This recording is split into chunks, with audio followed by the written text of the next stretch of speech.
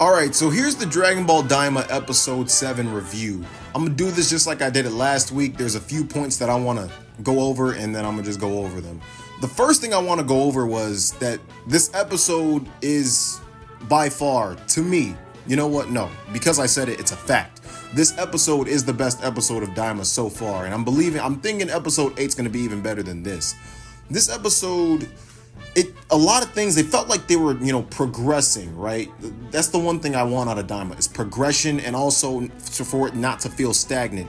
And so the fact that they actually switched from like Bulma and Vegeta's like side plot of them coming to the third demon realm, along with like Goku and the others continuing their journey to find the Tamagami, like Tamagami number 3, that stuff, helped make this episode the best so far of Daima. Like stuff like that, like in the earlier episodes, because a lot of this really, like, this could have been episode 5. It's weird I'm saying episode 7's the best, but this, like, with the way this show's been paced, I'm looking at these episodes and I'm thinking, like, this could have been the 5th episode of the series. Like, a lot of the stuff from episode 4, 3, 2, even 5 and stuff, like, they could have been cut down. All this like ship swapping and stuff like that, they could have like, a lot of that stuff could have been, chopped down, and this could have been like probably toward even episode 4. This could have been the 5th episode or late into the 4th episode, stuff like that. You know what I'm saying? Like, that's just me saying what could have happened, but it's not. I mean, they wanted to do their whole world building, and I'm doing the what's it called, little apostrophes. What are they called again? Quotation marks. I'm doing that to signify that world building. Which, I mean, some of it is necessary and some of it is unnecessary. They did have some necessary bits in this episode. Some of it I did like. Like, there was a point when, at first I thought it was going to be unnecessary where Kaioshin mentioned the Kachin steel, right? The Kachin metal. I shouldn't have said steel. The Kachinko metal, right? The metal, the same metal that sliced the Z sword in half. So he finds out that the collar that Pansy was wearing was made of this stuff. By the way, how'd y'all like my segue into this? It was really slick. But he finds out that her collar is made of the same Kachinko metal that sliced the Z sword. And at first I thought, I was like, really? Just more unnecessary stuff. Like, I was thinking okay, like more unnecessary lore. And that rhymes. I think I'm gonna start saying that every episode they add unnecessary lore. But I really thought it was gonna be unnecessary until he goes, maybe, like, he goes, Dr. Arinsu created these most likely and distributed them to everyone. So, it further adds to, okay, now, like, it's starting to make sense. Okay, okay. Like, you know what I'm saying? Like, it's starting to make sense, because I thought, like, they're just going to mention, oh, yeah, this comes from the gleans and stuff like that. Because they mentioned that, and then I just thought nothing would come out of it. So I'm so glad they, clarified that, like, okay, yeah, Dr. Arinsu's behind this. And even furthermore, like, Glorio, like, while this conversation was going on, went back into the ship. I assume he probably, called Arinsu and did something, but, like, he just took a step back into the ship. And it was, he was probably, like, skeptical. He's probably thinking, like, they're on to me, aren't they? Like, when you do something bad and you feel like people are on to you, like, they're thinking, oh, they know I stole. That's probably what was going on. Another thing I wanted to point out was the Tamagami designs, right? Tamagami number 3. So they found it in this episode. And actually, before I get to that, I want to get to the buildup of this Tamagami. They're really putting him over. And if you don't know what I'm saying when I say putting him over, if you ever watched wrestling, this is what they do for, like, wrestlers before they debut in a certain company, or like before they face the world champion. They build you up. They make you seem like a world beater, right? They usually do this for heels, right? So they'll make the heels seem like they're world beaters, right? Like, oh my gosh, he blah blah blah, the best on his football, like, destroyed football players and stuff like that. They'll make stuff up if they need to. He's from parts unknown. He's a freaking demon. Just random crap to build you up until the blow-off match. This is how you sell tickets in wrestling. And they were doing this all throughout the episode for the Tamagami, which I liked. This was a good thing. And this is, part of why I believe this episode was the best. They were building him up, right? They even said that Dabra, or Deborah from the dub, wasn't able to beat this thing. And when I heard that, I thought, oh, okay, now things got serious.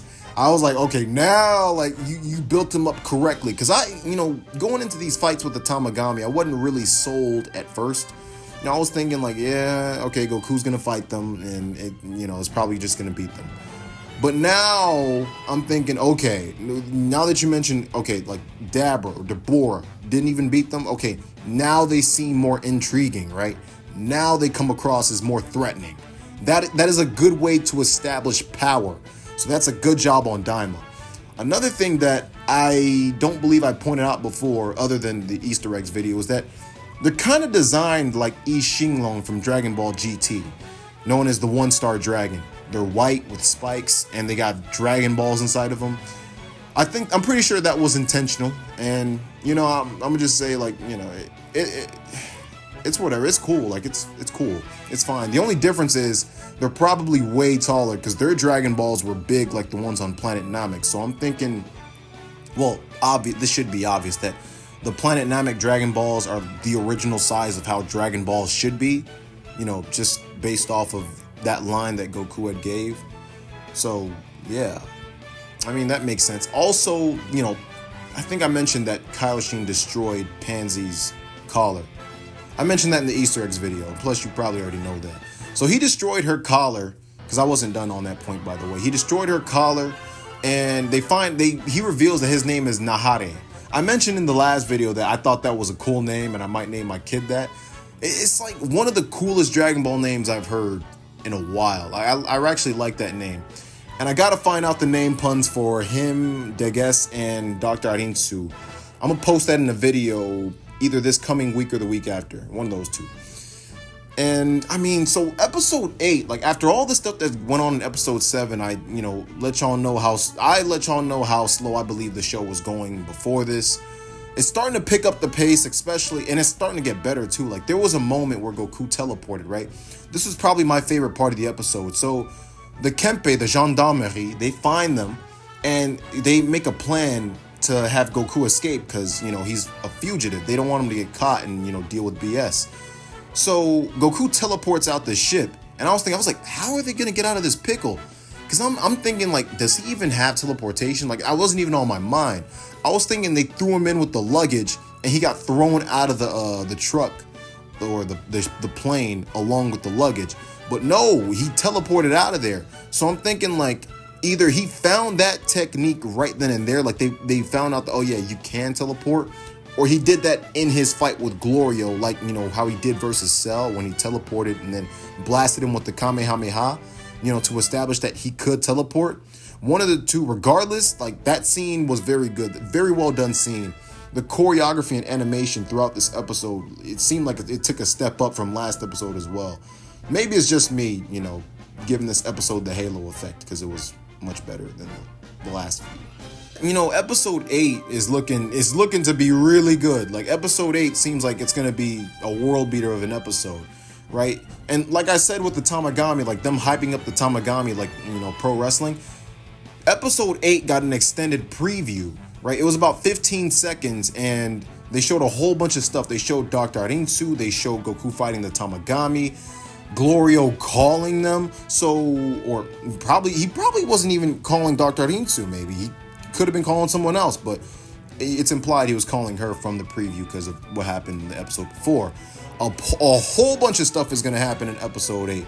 So y'all stay tuned for that. And this is the review. Check out the Easter egg video and check out my other videos on Dragon Ball's highest and lowest rating shares from 1986 to 2018. That's my 40th anniversary gift to Dragon Ball. I'm glad it kind of came out. It was a bit serendipitous how it came out along with Dragon Ball's 40th anniversary. So yeah, that's pretty cool. All right, I'll see y'all in the next one.